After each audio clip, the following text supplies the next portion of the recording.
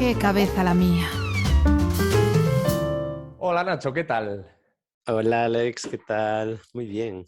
Yo estoy de maravilla también porque tenía un montón de ganas de hablar contigo porque sé que puedes darme respuesta o al menos una orientación sobre diversos temas que me preocupan.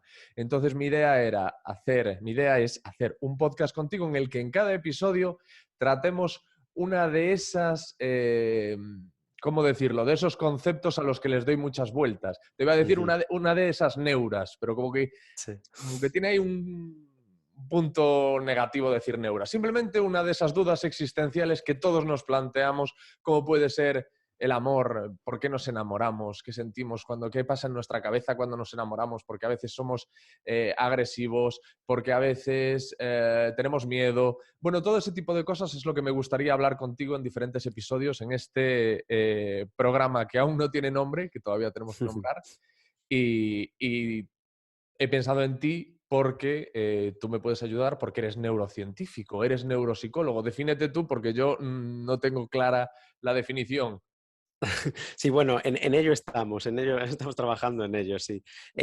Bueno, yo de formación soy psicólogo y ahora pues acabo de terminar un máster de neurociencias clínicas y cognitivas. Todo dentro de la especialización de neuropsicología, bueno, para no perdernos así en palabras así raras, básicamente es la ciencia que estudia las relaciones entre el sistema nervioso y nuestra conducta, nuestros pensamientos, nuestras emociones, y bueno, lo estudia cuando todo eso va bien y también cuando hay problemitas, que es la parte, Ya. pues eso, que muchas veces es la más interesante. Entonces, nada, estoy formándome ahí en todo eso y me mola mucho, es un honor, la verdad, que cuentes conmigo para intentar resolver pues estas neuras, que yo creo que no siempre tiene que tener ahí un significado negativo, son... Bueno, es que son cosas que compartimos todos, ¿no? Así que en algún momento dejarán de ser neuras, claro. O sea, realmente tú a lo que te dedicas es a indagar, a descubrir por qué hacemos lo que hacemos, cuál es la razón detrás de nuestros actos. Ujú. Bueno, es lo que a mí más me interesa. Ya. El campo en el que ahora yo me estoy formando más es tema de ritmos circadianos y el sueño, es Mm. al que más estoy tirando yo. Pero sí, bueno, claro, dentro de la parte más divulgativa, que es de las que nos conocemos tú y yo, intento pues indagar acerca de todo lo que a mí me interesa y me raya y lo que creo que nos raya a todos e intentar ponerlo ahí en palabras más simples de lo que lo hacen los científicos, que a veces también es complicado eso.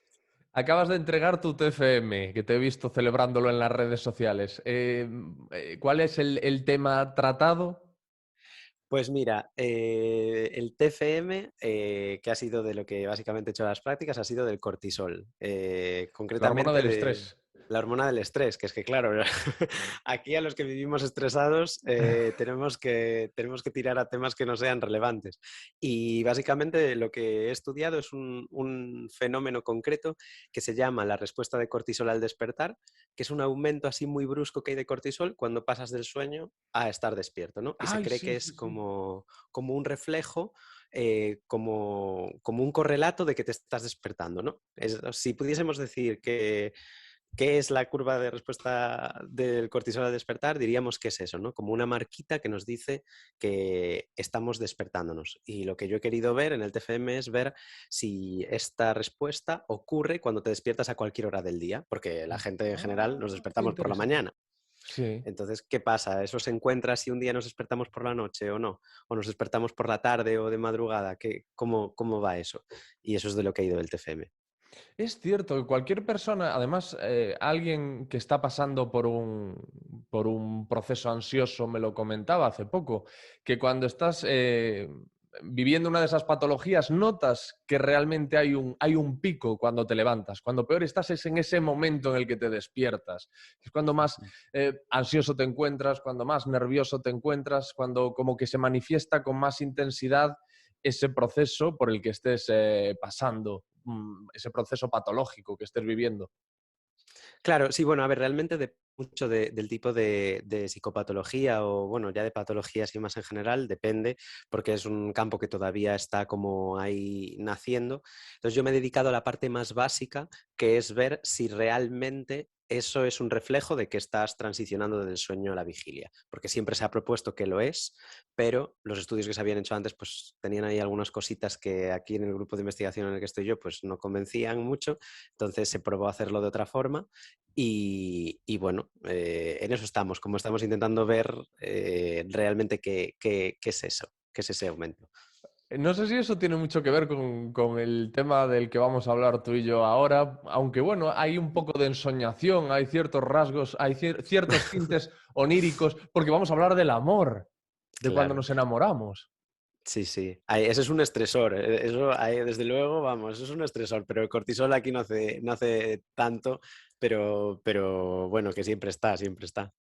Hay una definición neurocientífica para el amor, para el proceso del amor o del enamoramiento.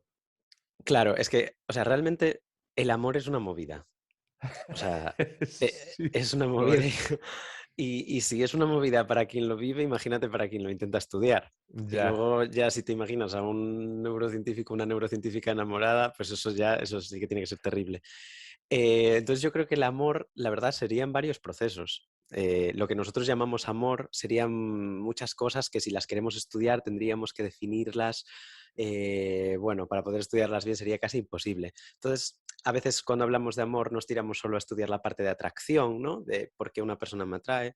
Otras vamos a la parte más de ese principio de la relación, ¿no? De ese principio en la que todo te recuerda a esa persona, necesitas estar 24/7 pendiente del móvil, todo te recompensa. Y luego está la parte más de amor, amor, que es la que a lo mejor estaríamos Ya. más de acuerdo, no sé, a las personas más que no, bueno, los que no son científicos que se dedican al amor, que es la neurociencia, bueno, amor, dentro del amor se estudia la neurociencia afectiva, eh, que es la parte más de vínculos, ¿no? El vínculo emocional del amor, tema de, bueno, luego ya esto es otra cosa, pero tema de la elección de la pareja, bueno, esto hay un montón de campos dentro del amor. Entonces, bueno, en función de lo que nos interese, podemos definirlo de diferentes formas. ¿Y por qué nos enamoramos? Porque eso no es algo que uno decida. No es, hoy salgo a la calle y me voy a enamorar. ¿Qué coño? O sea, eso es algo que de repente, bueno, de repente o no, pero es algo que pasa. No sé si gradualmente, si hay un momento dado, se habla de flechazos, que eso no sé si también tiene una explicación científica, o hay amores que se gestan en base, o es poco a poco, los que a priori pueden parecer más sanos, ¿no? Que son en base a un conocimiento del uno del otro, en una, pues eso, una gestación de un sentimiento afectivo especial. Claro. Pues, ¿por qué nos enamoramos? Es una pregunta, yo creo que súper interesante y realmente aquí habría que ir a por qué es útil enamorarse, ¿no? Porque, o sea, Mm. tendríamos que pensar que, claro, si estamos en el siglo XXI y todavía nos enamoramos, aún sabiendo que muchas veces el amor nos gustaría que Tiene trajese fecha de cosas buenas, caducidad. claro, tiene Mm. fechas de caducidad y a veces te da más palos que otra cosa.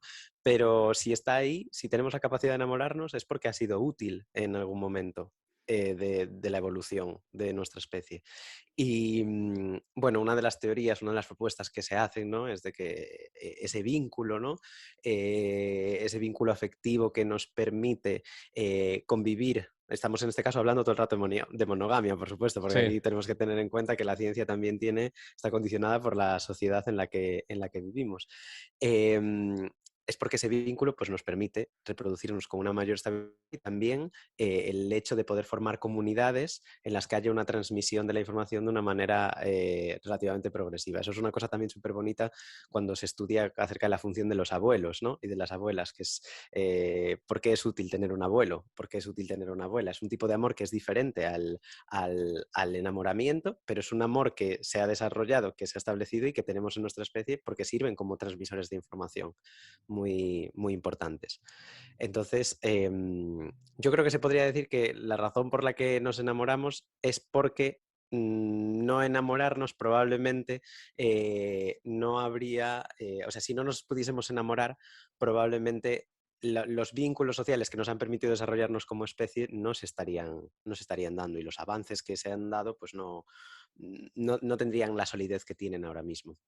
O sea, a priori nos complicaría la existencia. Al final, realmente todo todo lo que atañe al ser humano, si lo estudias desde un punto de vista antropológico, es como que va encaminado a la supervivencia, a salir adelante Claro. de la mejor manera posible. Entonces estaría relacionado con eso.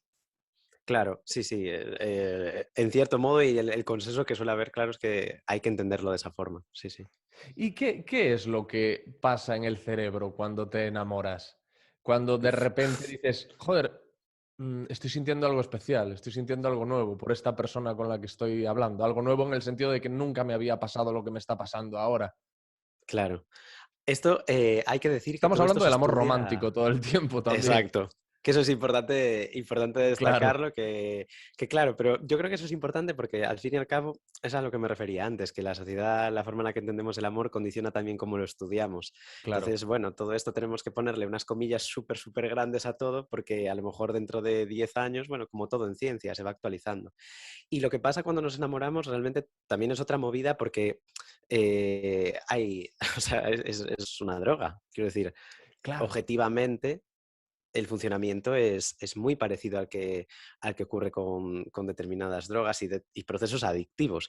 ¿Qué pasa? Que, bueno, ocurre también con químicos que nosotros ya tenemos en nuestra cabeza, entonces lo vemos de una forma un poquito, bueno, no puede ser tan heavy, pero del mismo modo que en las adicciones tenemos conductas compulsivas, las conductas que tenemos durante el enamoramiento también se pueden entender, de cierto modo, como un poquito compulsivas. Por lo menos aquí, claro, hay unos condicionantes sociales muy heavy, pero realmente, bueno, el cerebro está programado para que tú puedas establecer estas como conductas de aproximación con esa pareja, ¿no? Bueno, básicamente que acabes reproduciéndote con ella si puede ser. Ajá. Y, y bueno, aquí lo puedes estudiar desde muchas perspectivas. La mía, que es la de la neurociencia, te hablará mucho de regiones del cerebro que se encienden y se apagan, te hablarán de químicos y aquí pues en el proceso de enamoramiento puro y duro, se habla de que hay un neurotransmisor, que bueno, los neurotransmisores son esas... Yo aquí lo estoy explicando en Sí, sí, plan hiperbanal, coloquial, pero sí. mejor, Los ¿no? neurotransmisores son como los mensajeros o las vías a través de las que se desplazan esos mensajeros, ¿no? Algo Sí, los así. neurotransmisores son como sustancias químicas que utilizan las neuronas para comunicarse entre ellas. Entonces, pues una neurona se comunica con otra a través de determinados neurotransmisores y los neurotransmisores, en función del área en el que estén y los receptores que hayan, pueden provocar que otra neurona se excite más, que otra neurona pues trabaje un poco menos y tienen pues diferentes efectos. Y aquí en el enamoramiento lo que realmente juega un papel ahí importante es la dopamina, que es bueno, el neurotransmisor del que siempre se habla. Aquí, bueno, ya en los sucesivos episodios ya iremos hablando que a mí el tema de hablar de la hormona D no me mola nada porque todas las hormonas hacen un montón de cosas. Entonces Ya, la dopamina se dice la hormona de la recompensa, pero hace muchas cosas. ya.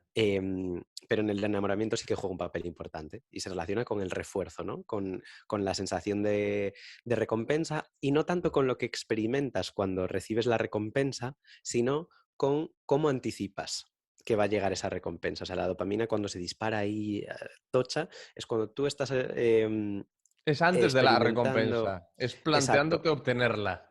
Es cuando tú estás ahí y dices, es que esto viene ahora. Ya. Esto va a venir y esto que viene es bueno, entonces esto que va a venir yo lo tengo que perseguir para que ocurra. Ujú. Entonces, cuando nosotros estamos enamorados de alguien, pues eso es un chute bastante, realmente es un chute, es bastante importante. Y lo que ocurre ahí también es que a medida que realizamos más actividades con esa persona y a lo mejor pues vamos a diferentes sitios o en diferentes contextos, vamos a acabar generalizando esa respuesta Ya, de dopamina a otros estímulos. Entonces ya no es solo la persona, o sea, ya no es solo la cara de esa persona, es la colonia de esa persona, es la calle por la que pasas con esa persona, el es que restaurante en esta el que canción, comes con esa persona. exacto, Claro, la canción que os enseñasteis, entonces bueno, al final pues eso hace que tú progresivamente necesites ese ya. chute de dopamina. Y es donde aparecen como ese tipo de conductas que yo dije compulsivas. No es exactamente compulsivas el término, pero sí que son parecidas, porque tú estás buscando constantemente ese refuerzo. Y luego, claro, cuando te cortan ese refuerzo, lo sufres. Y de hecho Claro. hay estudios que cuando hablan de rupturas, que cuando hablan de rupturas amorosas en los que una de las partes de la pareja quería continuar con la otra parte, o sea, en la que hay sufrimiento, las zonas del cerebro que se activan ante esa ruptura son similares a las que se activan cuando hay mono de cocaína en personas que han tenido adicción. O Mm, sea, realmente son pues, regiones de recompensa del cerebro, entre otras. Hay regiones también que se activan, que están relacionadas con el dolor físico durante una ruptura, ya. durante una ruptura amorosa.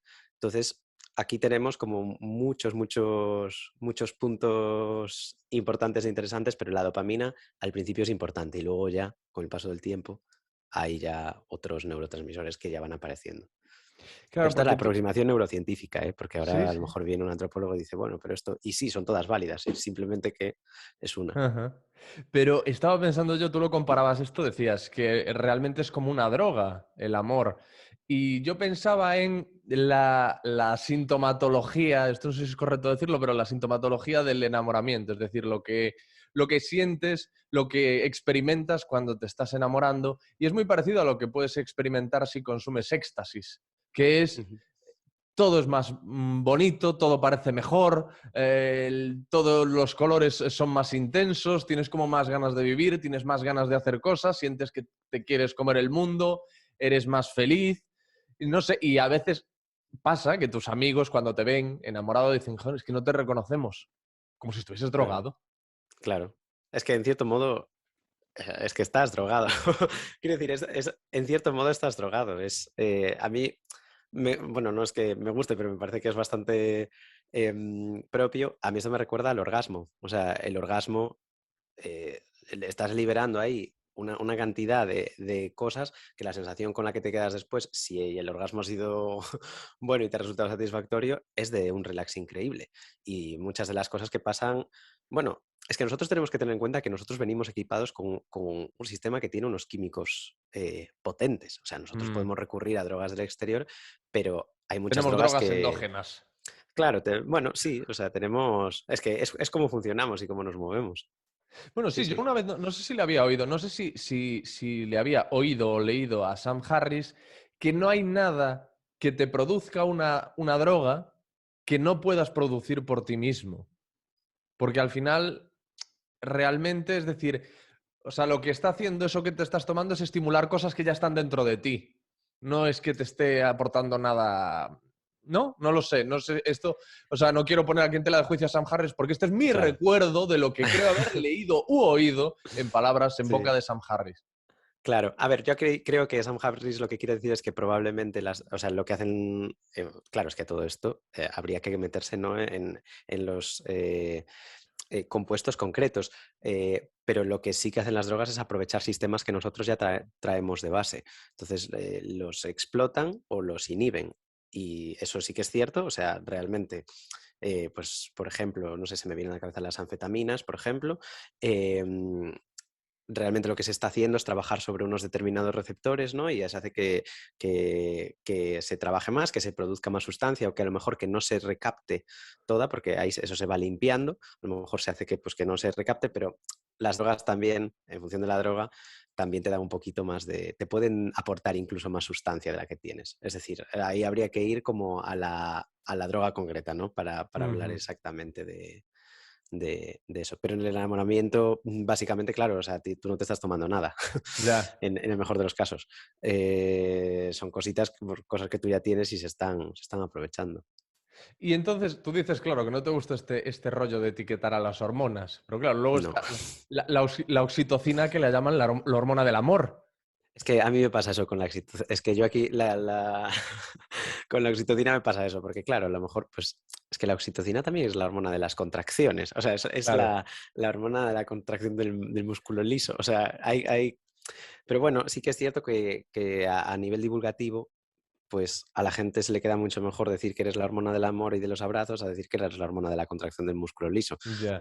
Claro que sí, pero pero bueno, a mí es que creo que hay que intentar acabar, ¿no? Con ese tipo de mitos. Sí que es cierto, por ejemplo, que la oxitocina se atribuye a esa formación del vínculo, ¿no? O sea, si en las etapas más iniciales teníamos esa dopamina que se relaciona con el refuerzo y la recompensa, con el paso del tiempo y sobre todo se atribuye también con la actividad sexual con la pareja, porque durante esa actividad sexual se segrega oxitocina, se va más o menos en el tiempo, pues estableciendo ese vínculo de apego. Entonces la oxitocina se relaciona más eh, con el vínculo y de hecho no se establece únicamente entre compañeros o compañeras sexuales, se establece pues entre madres e hijos, padres e hijos, entre amigos, incluso hay estudios muy interesantes en músicos.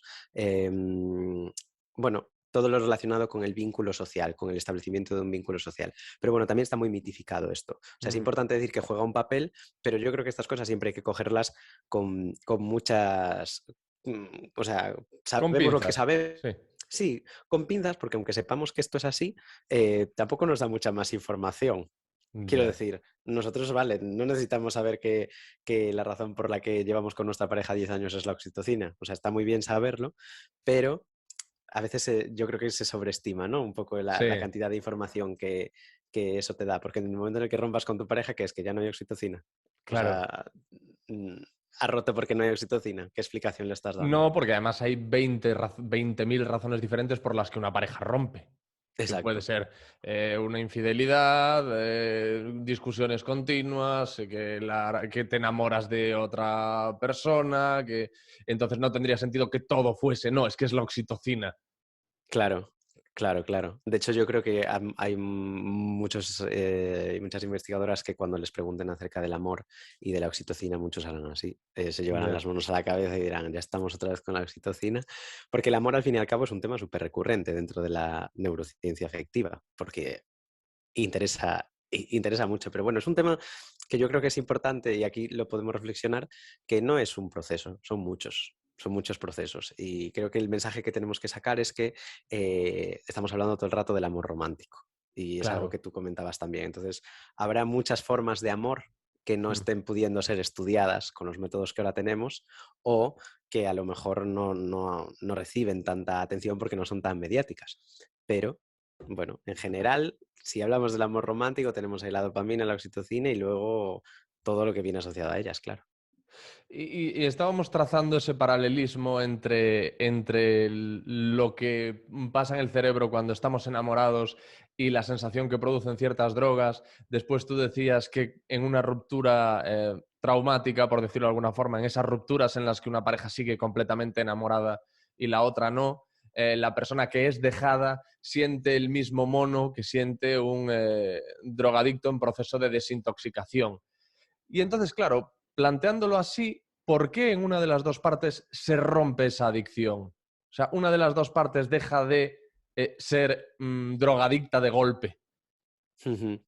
Claro, a ver, aquí habría que tener en cuenta, bueno, lo primero que habría que tener en cuenta es que los estudios que se han hecho en este sentido hacen referencia a la activación de las zonas del cerebro, es decir, Ujú. que es similar.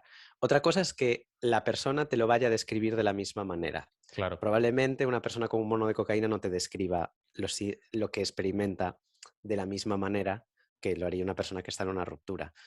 O sea, hay que diferenciar esa parte más como decías tú, de sintomatología o de clínica, de la parte de activación. Pero con respecto a lo que preguntas, creo que también hay que tener en cuenta que no siempre que una persona corta la relación lo hace porque deje de estar enamorada.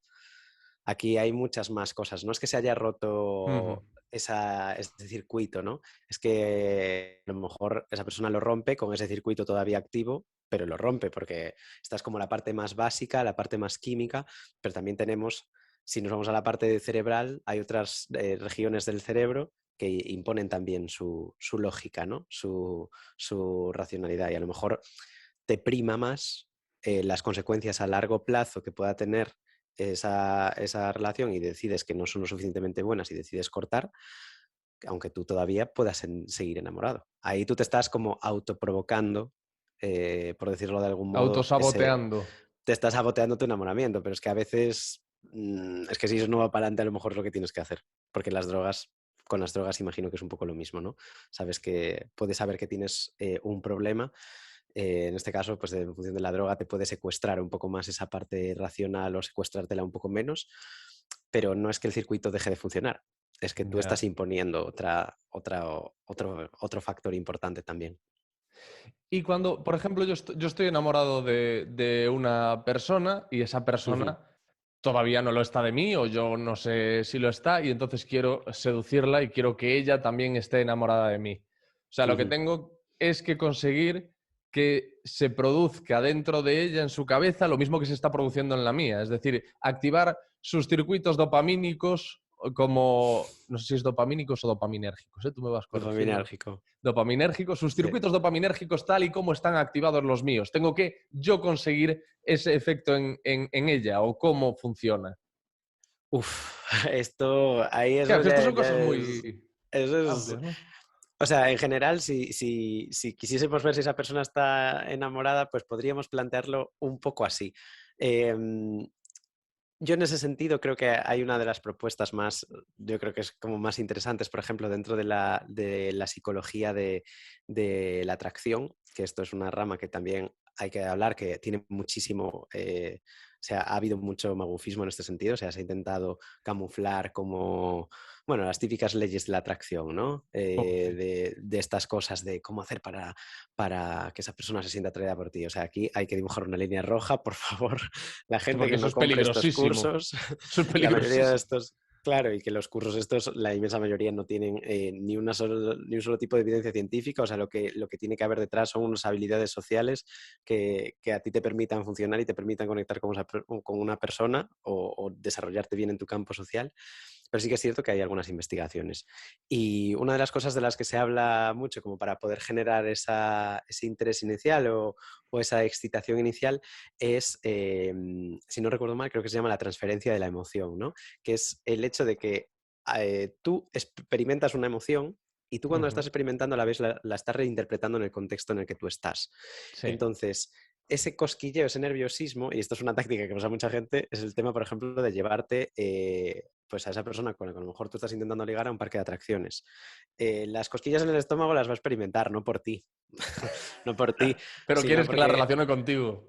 pero o sea, hay una transferencia de la situación. Hay un estudio Ya. interesante aquí que lo hacían, igual ahora hasta lo describo, a lo mejor hasta lo describo mal, pero ponían como una serie de participantes a cruzar un puente, ¿no? Y al final del puente, bueno, era como un puente muy alto. De hecho, yo esto a lo mejor te lo escuché a lo mejor en algún episodio tuyo también de Ah, alguien sí. que lo comentaba así, de lo que tú digas. Em, pues era por un puente, un puente muy alto, una situación en la que había mucho vértigo y al cruzar el puente como que se le daba el teléfono o algo así de un presentador, una presentadora, pues como que se les decía, bueno, para cualquier cosa que necesites, me puedes llamar aquí después del estudio, no sé qué tal. Y había Sí. como un puente en el que había mucho vértigo y un puente en el que no había tanto vértigo. O sea, había como un puente que provocaba objetivamente mayor excitación Y el fisiológica, ¿no? intercambio de teléfonos era en esos puentes. Se daba el teléfono, ¿no? Sí, El número de teléfono. sí. Y la cuestión era, tú avisa, o sea, si quieres hablarme, háblame. Además era una persona que era objetivamente atractiva. Ya. Si quieres hablarme, háblame. Y lo que se veía era que las personas que habían cruzado el puente alto, el puente en el que había mucho vértigo, el puente en el que, bueno, que daba más miedo, tendían a llamar más a, a la misma presentadora, al mismo Ah. presentador que les había dado el número, en comparación con los que habían estado en un puente pues más bajo, en el que era pues como cruzar un puente sin más, ¿no? Entonces de ahí se propuso el tema de la transferencia de la emoción, de la excitación, de decir, bueno, estas personas estaban más excitadas, tenían más nervios, por decirlo de ese modo, tenían esas Sí. cosquillitas ya del vértigo y experimentaron mayor atracción hacia la presentadora atractiva que las que habían estado en un puente menos activador. Entonces, ahí no se trataría tanto de dopamina, pero sí se trataría de esa sensación fisiológica, ¿no? De esos nervios, los que se intentan provocar en la otra persona. Pero creo que es hasta ahí, hasta donde se puede leer. O sea, Pero luego hay entonces lo otras... del parque de atracciones no es mala táctica. Yo creo que no. Si te digo la verdad, yo nunca lo he usado, pero... Mierda. Que a mí me dan miedo los parques de atracciones. Mierda. Ah, amigo, bueno, claro, sí. Y si la otra persona se marea mucho, no, claro. pero yo no creo que sea mala táctica. O sea, si hay alguien que lo oye y se anima a probarlo, yo me encantaría conocer su experiencia, la verdad. Oye, estabas diciéndome ahora lo de esta presentadora y no he podido, no tiene por qué tener ninguna relación, pero no he podido evitar recordar o pensar en algo que he escuchado en alguna ocasión y no sé si tiene base real, y es que es común, relativamente común, que puede pasar, que un paciente sufra un pseudoenamoramiento de su psicólogo o de su psicóloga. Es Si es, la... Sí. ¿sí?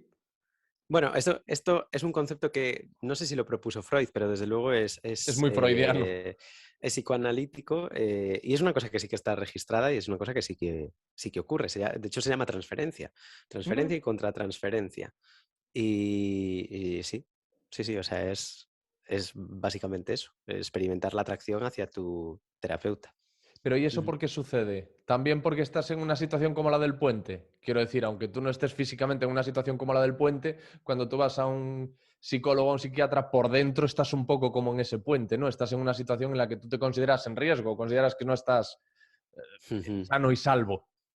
Claro, a ver, aquí habría muchísimos factores y probablemente yo creo que lo más importante es la historia de aprendizaje de la persona concreta, de la persona que va a la terapia, el tipo de vínculos que haya establecido antes, el modo en el que se haya establecido y, bueno, en definitiva, su historia de aprendizaje, que es siempre lo más importante, yo creo, lo que hay que tener en cuenta para intentar explicar en cierto modo la conducta de alguien.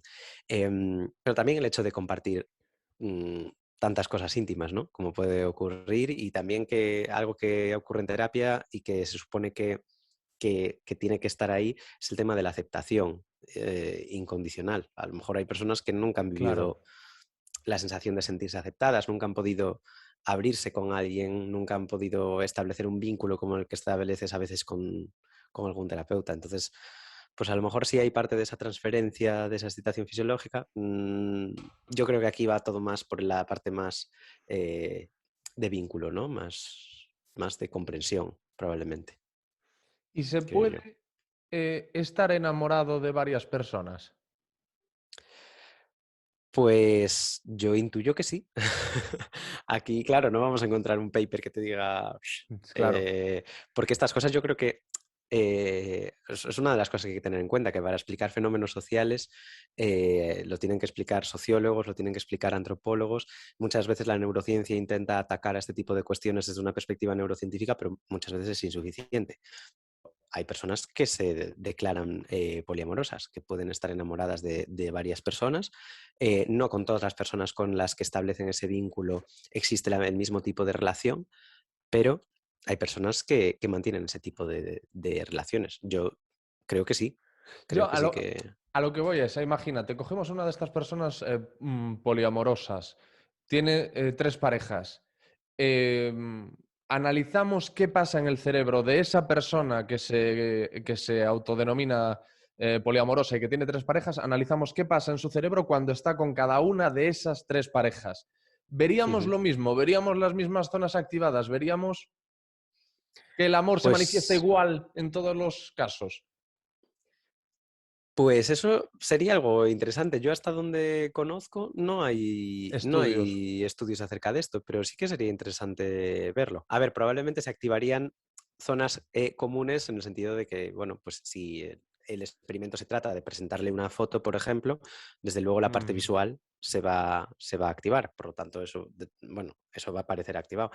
Y luego imagino que es que todo eso dependerá, habría que tener en cuenta muchísimas variables, como por ejemplo el tiempo que lleva con cada una de esas parejas, el tipo de interacciones que suele tener, a lo mejor si es exclusivamente de tipo sexual y no hay nada afectivo, probablemente se activarán unas zonas más que otras.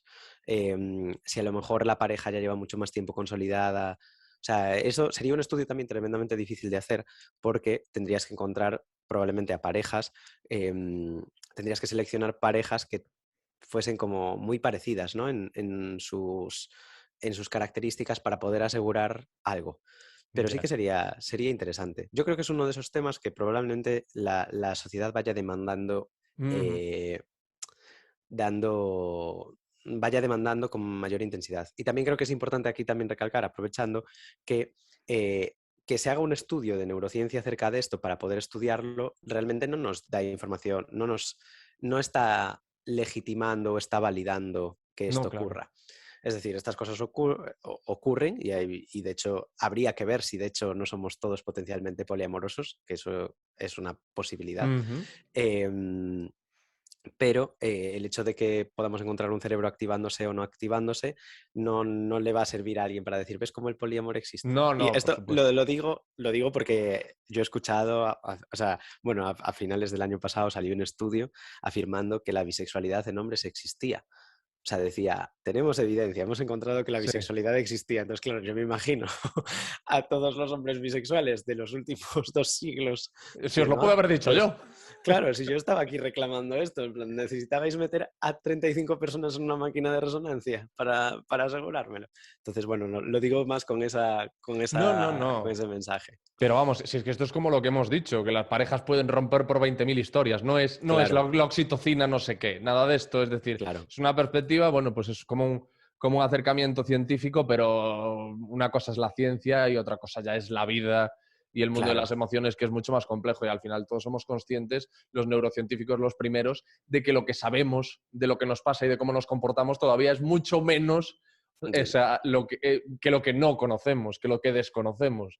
Y eso es exacto. así, ahí queda muchísimo. De hecho, la neurociencia es una disciplina súper joven. Pregunto. Realmente, sí, o sea, depende de lo que entendamos, porque las neurociencias, o sea, cuando hablamos de neurociencia, en realidad tendríamos que hablar de neurociencias, porque el sistema nervioso se puede estudiar desde un montón de perspectivas. Lo que ocurre es que ahora mismo lo que tiene más boom son estudios que se realizan con técnicas de neuroimagen. Y la Ya. neuroimagen sí que es relativamente reciente y sí que em, se va afinando mucho más, se va perfeccionando mucho más. Y todavía nos queda entender muy bien qué significa, por ejemplo, yo aquí estoy hablando en mi campo, que es Sí. más la neuropsicología, que se habla de que una región se active más o una región se active menos. Todavía nos queda entender bien qué significa que una región se active más y que una región se active menos. Y todo Ya. hay que verlo en el contexto del resto de investigaciones. Entonces, sí, es relativamente reciente, o sea, el cerebro en vivo, estudiado en vivo, porque postmortem ya es otra cosa, pero el cerebro estudiado en vivo, claro, si lo comparamos con otras disciplinas de estudio, sí, es reciente. Y sobre todo si tenemos en cuenta que la neurociencia tiene que ir siempre acompañada, esto es una apreciación más personal mía, pero Sí. creo que habrá mucha gente que lo comparta, tiene que ir acompañada de la filosofía sí o sí, para poder Ujú. articular bien el marco en el que lo estás estudiando. eh, Te mueves con que, claro, igual es que dentro de 5 años la forma de estudiar un mismo tema ha cambiado. Y se ha Ya. demostrado que este método es mejor estudiarlo o otro tipo de resultados, pues de otro tipo estudiado de otro tipo de forma. Entonces, bueno, claro, por eso es importante, yo creo, contextualizar siempre hasta dónde llega y hasta dónde no llega la neurociencia. Y el tema del amor es importante porque la carga social que tiene es que, claro, es que es un fenómeno social. Mm. ¿Y por qué se habla de la caducidad del amor, Nacho? De que el amor puede llegar un momento en el que caduque o en el que Ujú. le pase como la energía, que no es que se transforma. Ujú. Pues durante unos cuantos años salieron como muchas noticias así seguidas, muy llamativas, ¿no? Que decían, el amor dura 3 años. Y se hablaba de los 3 años, como la barrera bueno, si cruzas los 3 años, ya está.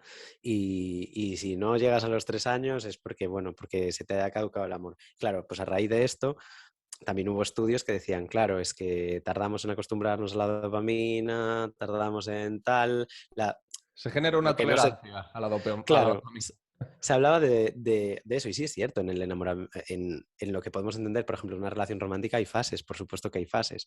Entonces, es uno de esos temas, el de la caducidad del amor, en el que yo creo que hay que tener de forma súper presente el momento social en el que estamos. Y que si nosotros hiciésemos un estudio ahora mismo con nuestros abuelos o nuestras abuelas y les preguntásemos y a lo mejor incluso si quisiésemos pues mirarles el cerebro ante sus fotos, no ocurriría lo que ocurriría si a lo mejor cogemos ya a padres, a lo mejor que Ya. a personas que han sido padres ahora o a nosotros. Entendemos el amor ahora de una manera un poco diferente a como lo veían antes. Entonces la caducidad podemos tirar a la parte de los neurotransmisores si queremos, que es una aproximación que utiliza mucha gente, pero ahora mismo, y sobre todo en lo que se refiere al tema de la accesibilidad a otras parejas sexuales y la accesibilidad a la información que tú tienes acerca de otras personas, eso ha cambiado muchísimo. O sea, estamos hiperestimulados con información de otras personas. Probablemente la red social o el número de personas de las que nosotros podemos oír hablar a lo largo de un mes es mayor al de que a lo mejor podían escuchar hablar nuestros abuelos en años. Y Ya. eso es una barbaridad. Entonces yo es una de las cosas que creo que en nuestro cerebro aún está como, o sea, va a tener que adaptarse, tendrá que encontrar formas de poder procesar la cantidad de información social y la cantidad de información de otras personas que recibimos, que realmente es una barbaridad. Y es que con los teléfonos, bueno, y luego ya se habla de Tinder. Yo el otro día estuve leyendo los primeros estudios en Tinder acerca bueno, claro, los primeros van a ver qué es lo que va mal, ¿no? En plan, ¿qué le pasa a la gente que usa Tinder, ¿no? Son los primeros estudios, en plan, Sí, y luego te encuentras que luego hay otros, pues ya hechos, por ejemplo, este último en el 2021, que ya dicen, bueno, pues es se ha normal. desarrollado No es como que le una pase forma. nada. Claro. Algunos sí hablan de algunos riesgos concretos, otros hablan de algunas características de personalidad concretas de las personas que lo usan, pero bueno, a eso me refiero con el tema del tiempo, ¿no? Que es uno de estos temas, al ser social, que va cambiando pues a pasos agigantados con las diferentes generaciones, sin ninguna duda, yo creo. O sea, yo creo que hay estudios de los que a lo mejor hasta hemos hablado, que ahora mismo si se volviesen a repetir, no darían los mismos resultados, probablemente. ¿Y cómo puede ser, ahora que dices todo esto, que uno se enamore virtualmente? Es que esa es la cuestión. Claro, Según, si utilizásemos la definición de amor de los estudios antiguos, ¿eso se consideraría amor? claro. Por eso es un tema interesante. Por eso es un tema al que hay que darle vueltas, porque esto la gente que se dedique a estudiarlo, o sea, que realmente pida financiación para estudiarlo, lo tiene que tener muy atado. Por Ya. eso, claro, te tienes que tirar a hablar, pues generalmente del amor romántico, que es lo que más o menos todos El tenemos tradicional. exactamente, Mm. el tradicional. Sí, sí, sí.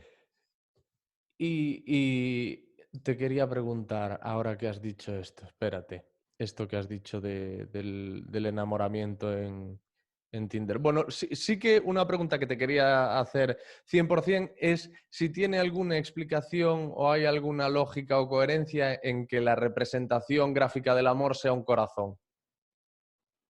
Oh, wow. Pues me has volado la cabeza ahí, ¿eh? Porque Yo, yo esto lo había leído, que era como que supuestamente cuando te das, o sea, pero esto, o sea, a lo Pero es que mejor esto no la es fuente neurociencia, es, esta pregunta claro, tampoco es neurocientífica, ¿sabes? Es una pregunta un poco de... claro, pero esto es charla entre amigos, ¿no? O Claro, sea, claro, claro, o sea, no es hay una nada... neura, así que ahí yo lo que había leído, pero, o sea, literalmente a lo mejor la fuente puede ser forocoches, quiero decir, eh, realmente esto, o sea, bueno, em, lo que había leído era como que tú cuando te acercas a alguien y le das un abrazo, quedan los dos corazones juntos, entonces colocar en una Ah, determinada posición dos corazones hace que se vea eso. Yo creo que no, la verdad, pero ah. eso es lo que yo he leído. La verdad es que no tengo ni idea de dónde viene la representación gráfica del corazón, pero estaría guay verlo, porque parecer a un corazón, pues Ni le va ni le viene no el sé si amor. tú le ves parecido, ¿tú le ves? ¿Tienes la No, imagen de corazón? no, no, no, no, no, no, no, no. Sí, ya te entiendo. O sea, realmente tú lo que me estás diciendo es por qué hacemos el dibujo del corazón que hacemos, porque no se parece en nada al corazón que tú vas a ver Claro, estudiando biología. claro, claro. Te decía más que nada por qué se asumió durante tanto tiempo que el amor está en el corazón, Ah, cuando está en el cerebro, ¿no? bueno, A pero eso eso es voy. Aristóteles todo. Eso es Claro. Aristóteles. Aristóteles se le iba mucho, bueno, no se le iba, él hacía lo que podía con los, con los medios que Venimos tenía. aquí a meternos con Aristóteles.